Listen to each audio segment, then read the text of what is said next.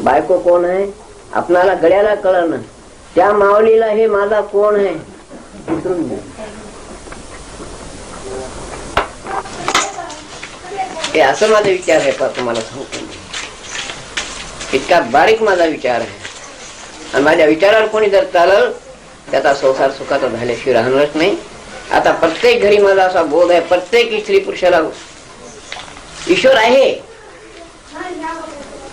तुमचं तुम्हाला आधी ओळखा, मग ईश्वर तुम्हीच बनता. तुमच्या घरामध्येच आहे.